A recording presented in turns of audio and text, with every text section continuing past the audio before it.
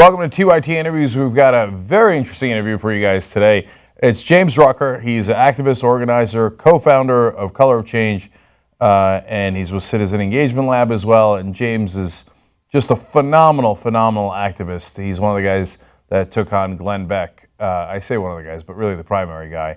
And that's why Glenn Beck is about to go bankrupt.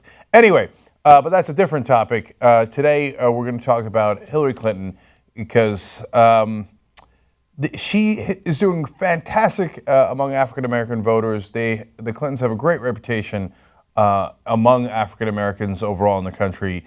And James wrote a piece online that suggests that perhaps it's not as well earned as people think it is. So James, welcome to the Young Turks. And then tell me, why don't you think the Hillary Clinton has earned that positive reputation among African-Americans? Yeah, sure. Well, first, thanks for having me on. I really appreciate it. I think, the legacy of the Clintons is misunderstood, and that includes not only, of course, Bill, but more importantly, Hillary Clinton. Bill, of course, kind of was deemed the first black president after playing the saxophone on the Arsenio Hall show. And I think part of the appeal of both Hillary and Bill is this idea that they understand us, or they're willing to kind of engage and speak to Black America, being situated, having an office in Harlem, and basically knowing how to walk a certain walk and talk a certain talk. But when it comes to both policies that Hillary Clinton has supported, vociferously supported, as well as looking at the ways in which she behaved and what she and her campaign did in 2008, tell, I think, a very different story. And I'm all for voters. There are many factors we need to consider when we support a candidate. But I actually think for Black America, for progressive voters who care about racial progress, some of the things that Hillary Clinton has done, and there's a pattern to it, I think they're offensive, reprehensible, they're problematic, and they just need to be examined. There needs to be a real dialogue. Hillary Clinton should not get a pass from Black America because we have this idea that on some level we can relate to her more, which I think is also perhaps not the case. But I think there hasn't been a rigorous dialogue and discussion around her record. I think actually her reaction to Ashley Williams last week actually speaks volumes. Killer Mike, who's associated with the campaign, I saw a clip of him speaking, and he talks about, he contrasts actually Bernie Sanders with Hillary Clinton in terms of how they deal with pushback, how they deal with people trying to hold them accountable. She essentially, in a very kind of dismissive way, just pushes Ashley to the side. And if you actually care about the issues that are affecting Black America, if you claim to support and agree with the idea that Black Lives Matter, that's not how you treat someone who's been basically silenced, or people who's been silenced repeatedly, to silence her yet again. So to me, it's a matter of bringing this stuff to light and having a healthy discussion before we just pass our votes on to Hillary Clinton. Right. So Killer Mike is helping the Bernie Sanders campaign, and that's what he was juxtaposing how Bernie and Hillary handle this. So let's get into the details here of Hillary Clinton's record, because you use a couple of adjectives there, ranging from problematic to reprehensible. Yeah. Well, that's a broad range. Sure. So first, let's get into her relationship with Barack Obama. And right now, Obama seems to be supporting her, at least implicitly.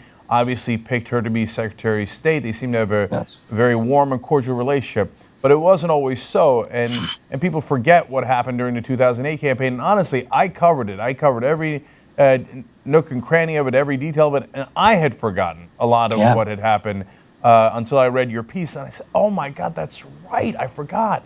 And so tell us some of the things that she had done while running against Obama that might be a cause for concern. Yeah, no, absolutely. So, of course, what was happening at the time is you had the right wing, kind of the Republicans talking about Obama as this other, right? Not American, born in another country. He's not Christian. He's, this kind of Muslim plant, let's say. And that was the atmosphere. What's interesting, and most folks don't know, and it's hard to connect the dots, some of that stuff actually originated from the Clinton campaign. There's this image that was floated around with Obama in a turban. And that was allegedly, and it took a while for the Clinton campaign to kind of in a soft way claim they didn't have anything to do with it, but they had surrogates out there basically saying, "What's wrong? This is his native clothing." Let's say stuff that even John McCain, when at one of his rallies at a town hall, there was a woman who said he's an Arab and he's a Muslim and so on, and McCain said, "Look, that's not. First of all, that's not true. I know the man, and what we disagree on is policy." If you look at the way Hillary Clinton on 60 Minutes, when asked, "Do you believe Obama is a Christian?" her answer is basically like, "Well, I trust him. I believe him. I take him at his word." And then when given a moment to really clarify, "Wait, but do you believe, he's a Muslim?" And she says, "Well, not as far as I know." Right. So there's that kind of soft thing. But if you look at written materials from Mark Penn, part of the campaign plan was to actually kind of paint Obama as un-American, as not one of us. She appealed to white voters, talking about, some people, and these are white voters in kind of, red territory, more kind of, let's say, not as race-friendly territory. And she said, some people call you swing voters. I call you Americans, right? She talks about white, hardworking Americans, essentially, as the true Americans. And so this was a theme throughout the campaign.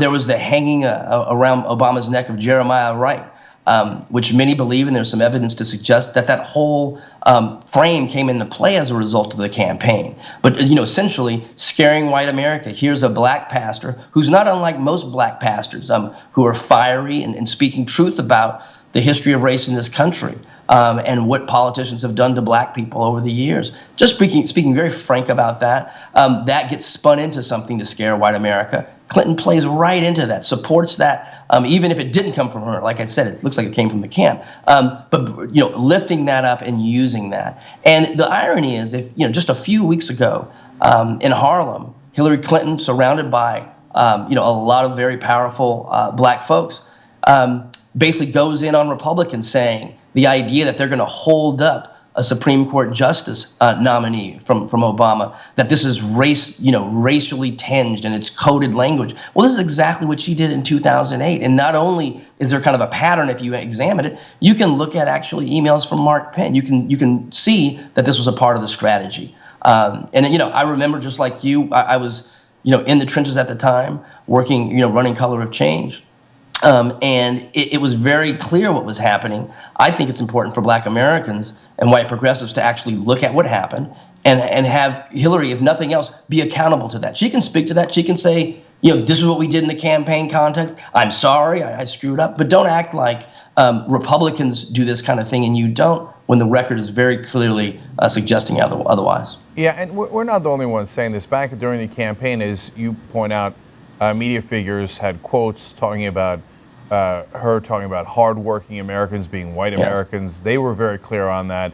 And then Bill Clinton, in a speech in West Virginia, talking about how we're going to represent people like you, largely referring to a white audience. And again, it's not just us, the media at the time, saying that is very clear, coded language, saying, hey, we're going to stand up for white folks. And that's pretty tough stuff, right? And then the one I didn't know is the one you've now mentioned twice, the Mark Penn email. I didn't have it back then. It's from March of 2007. This was Hillary Clinton's chief strategist. And I just want the audience to get a sense of what their internal planning was. Because here's the email itself, right?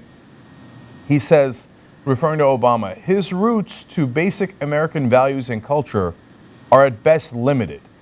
I cannot imagine America electing a president during a time of war who is not at his center fundamentally American in his thinking and in his values. Again, remember, this is not a Republican memo. This is Hillary Clinton's chief strategist when running against Barack Obama. Let me finish now.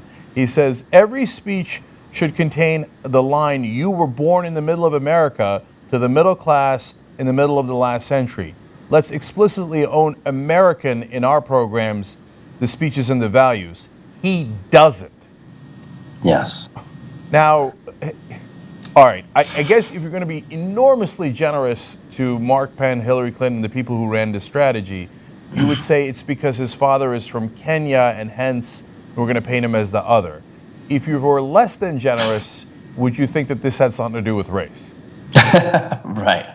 No, I think it absolutely has everything to do with race, right? It's when you talk about white, hardworking Americans as the true Americans, that's about as specific, to race as you can get.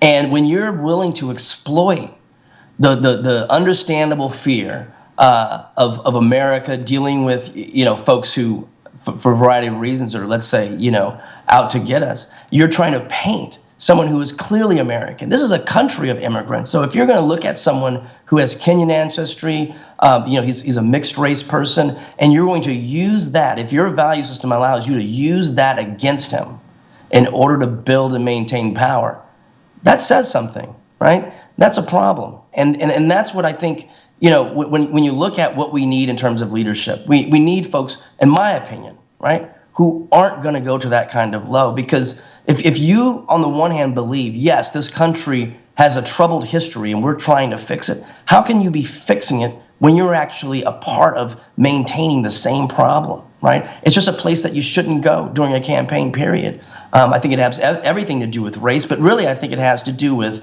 what, as a politician, you're willing to do in order to ascend in terms of power. And to me, if you look at in the present tense, I think I think is a great example is Clinton's support of Rahm Emanuel. Several months back, she's with Black Lives Matter activists, talking about how what they're saying is right, is on point, and how she goes on and says Black Lives Matter. We need to keep saying it. People need to believe it. And then when actually Black Lives Matter activists and others are saying, wait a minute, this is in the context of Laquan McDonald, who was killed by Chicago police. It was covered up by Rahm Emanuel's administration. Look, he has, his hands aren't clean at all. And when Black Americans and others are saying, okay, we need to hold him accountable, he needs to be out of office as a result, she uses her power to say, actually, I support Rahm Emanuel. I believe he will do the right thing for Chicago. So it's, it's saying one thing on the other. The rhetoric is good, and then doing things in another opportunity, basically validating someone who's actually a problem in terms of the movement for Black lives. So it's not just history; it's actually present day. So James, that really goes to the heart of the Hillary Clinton issue, whether it's on race or anything else, which is anything authentic about this? And if it's not, then how can we trust that she's going to do anything she says, whether it's for African American community or for any community, right? So it's interesting you mentioned Laquan McDonald, because I noted that during her South Carolina victory speech, she mentioned all these people who had been killed, African Americans who had been killed in different states, and she mentioned their moms. And I said on the air while we're doing live coverage of it, well, that was a powerful moment. But I noticed that Laquan McDonald was missing, and I thought, why? That's a very, very prominent case. And then I read your piece, and I was like, oh, of course, because she's supporting Rahm Emanuel.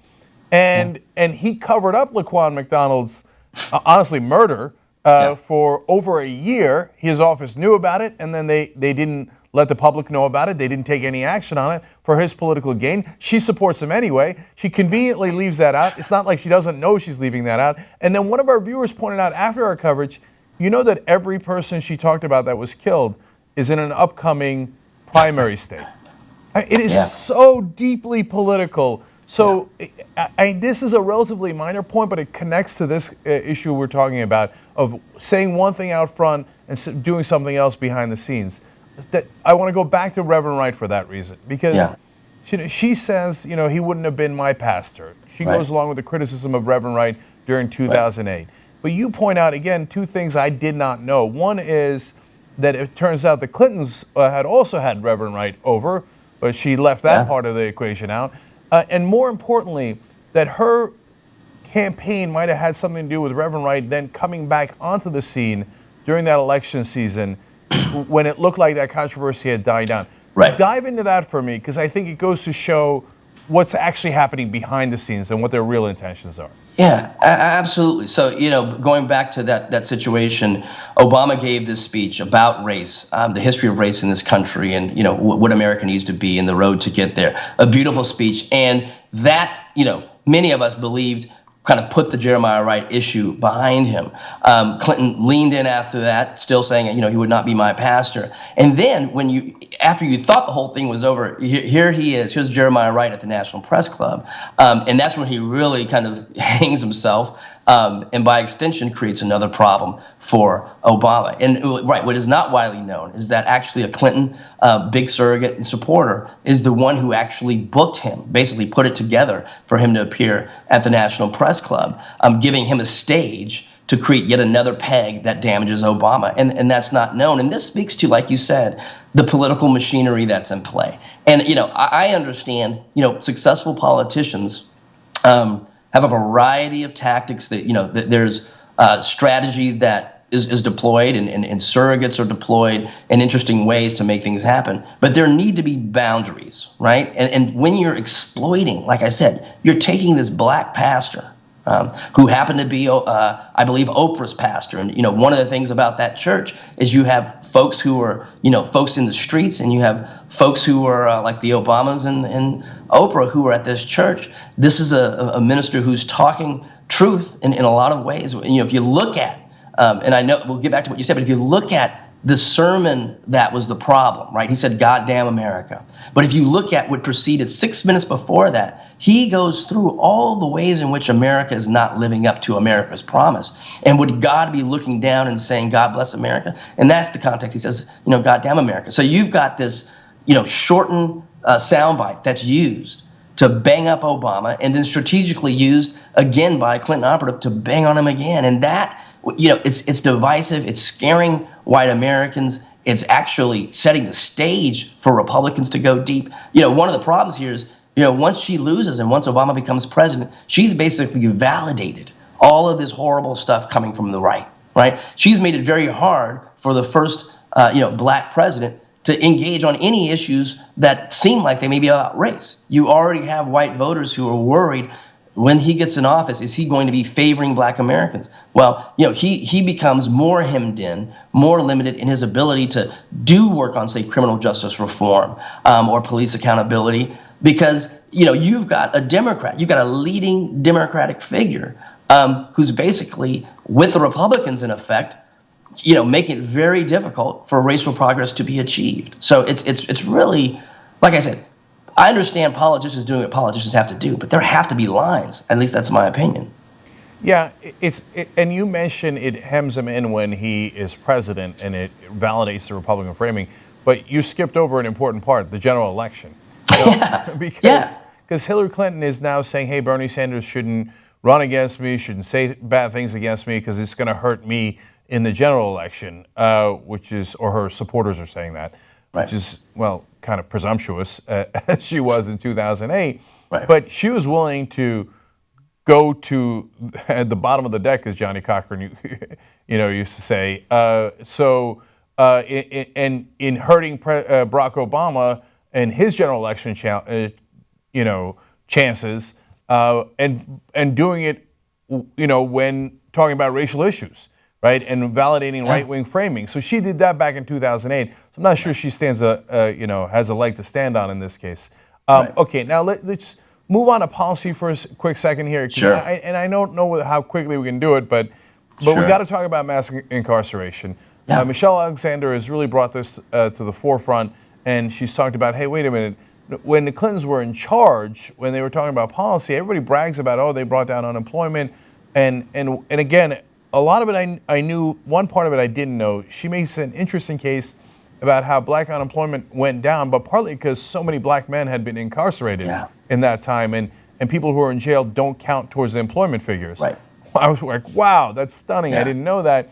But then others, James, will say, no, incarceration was already going up. The Clintons didn't have much to do with it, and Hillary Clinton was the first lady, and it's not fair to pin it on her. What's your take on that? Yeah, absolutely. So one is, I think what is fair and it's important to recognize is that the Clintons weren't operating in a vacuum. There was already a context of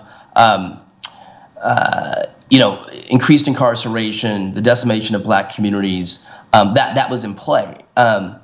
But what's important, I think, is two things. One is the Clintons, and let's also be clear, there's Bill Clinton and there's Hillary Clinton. But the Clintons, as has happened repeatedly over time, to appeal to a certain constituency, black people become a football, they become something to play with, right?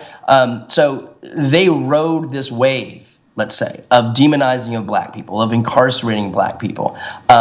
And while the policy was happening under Bill's watch, what you have, and this is what I think is important about this super predator moment, all right? What you have is Hillary Clinton not standing back and watching this unfold. She's actually leaning in and supporting these policies. She's becoming a spokesperson for these policies, right? So she owns them as well. And again, she could say, she has, when Black Lives Matter activists engaged her, many months ago, she could have said, you know what?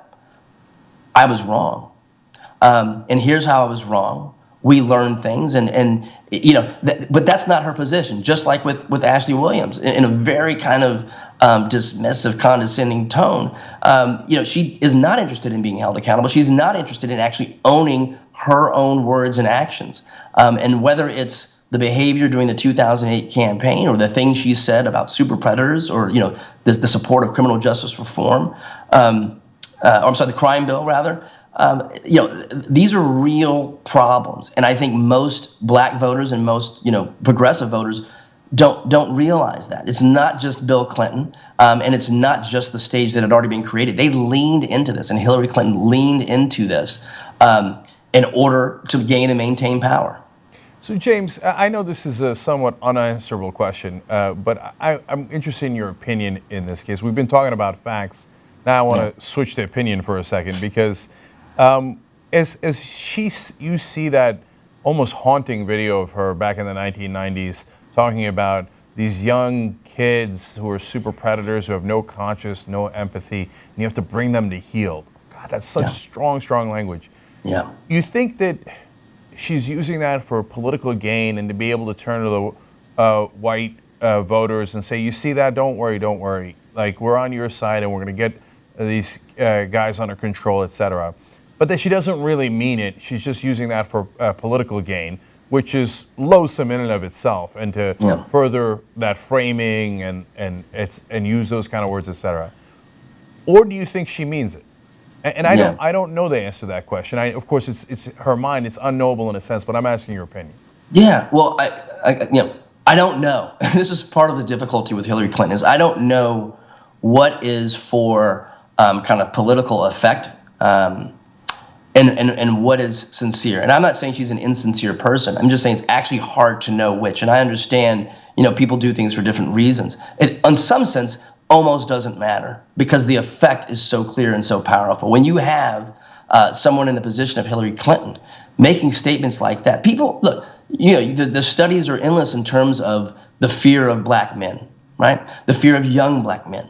I have an 8-year-old boy who is black, and he's already very tall. Most folks think, and this again, there's research that shows this, that black boys are seen as 5 years older than they actually are. So my 8-year-old to many will look like a 13-year-old. When he's 13, he'll look 18. And people are scared of young black men. That kind of language coming from Hillary Clinton. It's one thing if you hear that from David Duke. Well, that's David Duke, right? It's one thing when you hear it from someone who's racist, or we can find another kinder term, let's say.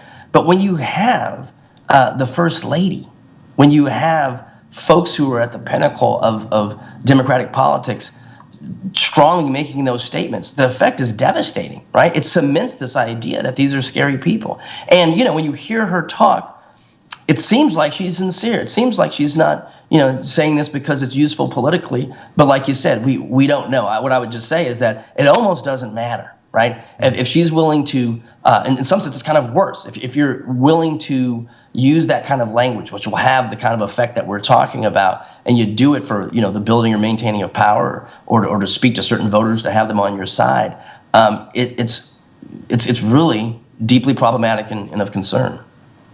Yeah, when you talk about your 8-year-old son, it personalizes it in a way that I think other people might have trouble relating to if they're not in your situation, right? So, they'll claim the super predators could have been about white kids or black kids. They were talking about criminal kids overall. But we know the history of that kind of language, and that's not what was intended. It was clear what they were going for.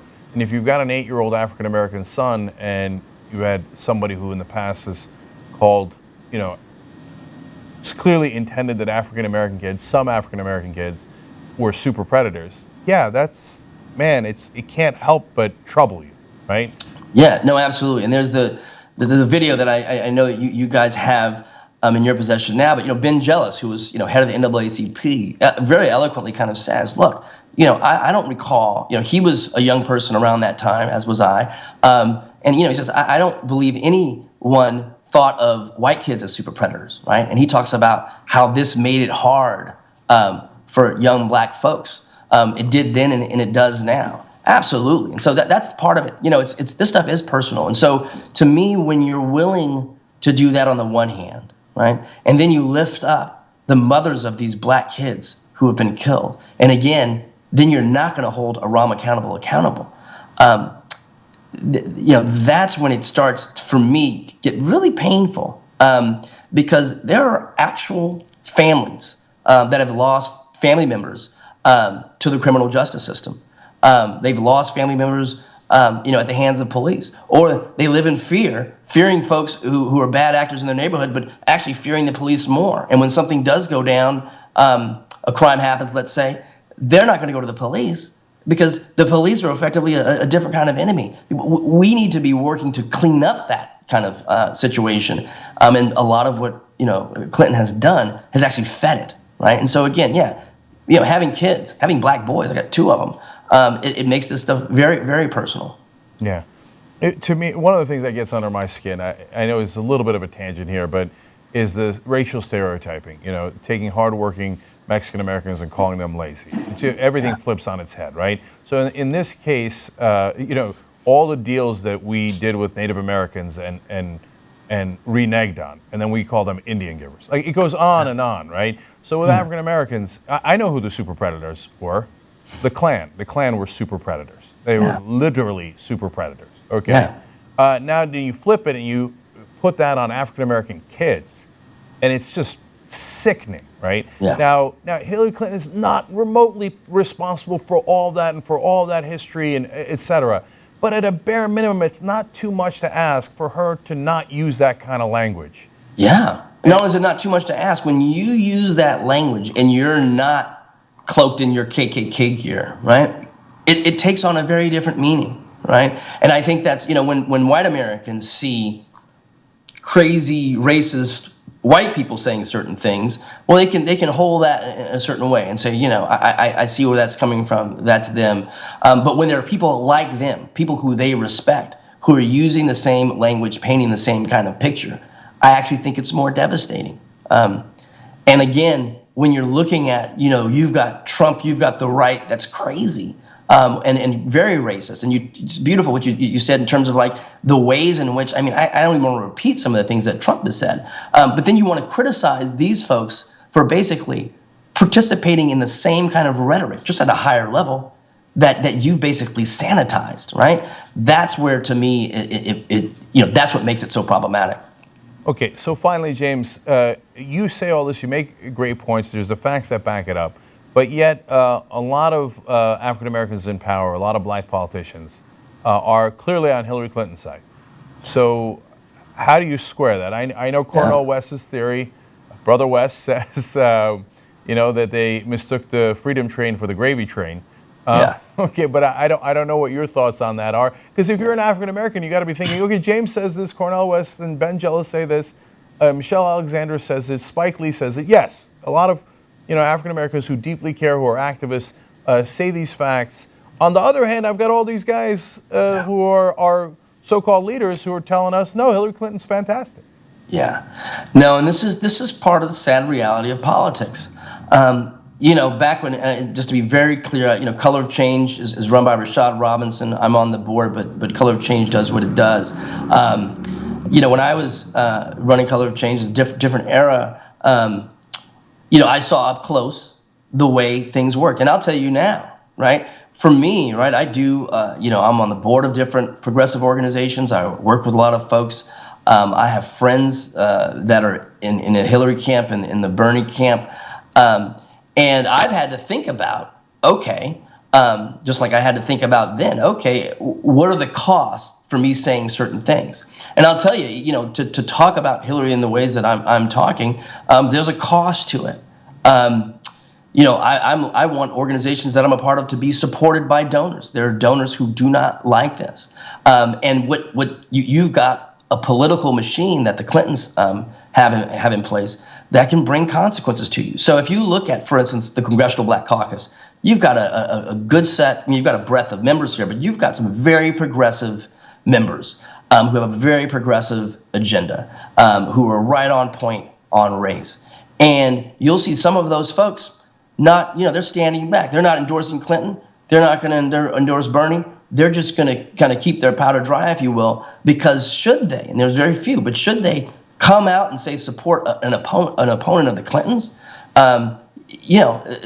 they could be screwing themselves, right? At the same time, you have some, I love, I think John Lewis is an important historical figure, but if you see what he said, the way he said it, I don't think John Lewis could in his heart actually believe what he said, right? So then you have to ask yourself, why, right?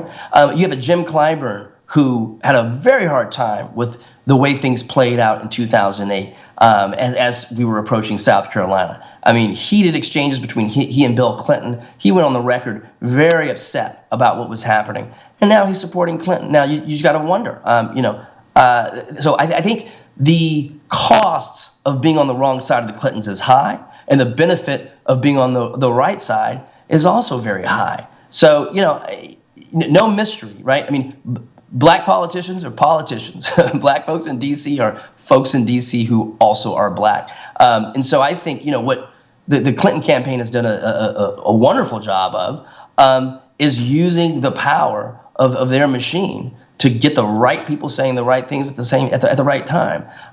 It's unfortunate because I believe that when you see a figure like John Lewis, if you're an African American and his basically civil rights credentials, when you see him lifting up Hillary Clinton and also basically painting her opponent negatively in ways that actually aren't true, but that's of course beside the point. When you see that, you think, oh, this must be a candidate for me, and that's again what I think is so hard because we have figures saying things and painting a certain picture when we have facts that paint a very different picture. And what's most accessible, John Lewis will be on TV. That story is covered very widely. The actual details of what Hillary Clinton has done, both in terms of policy support as well as the behavior of herself in the context of her campaign, that's way below the fold. That's if it's anywhere.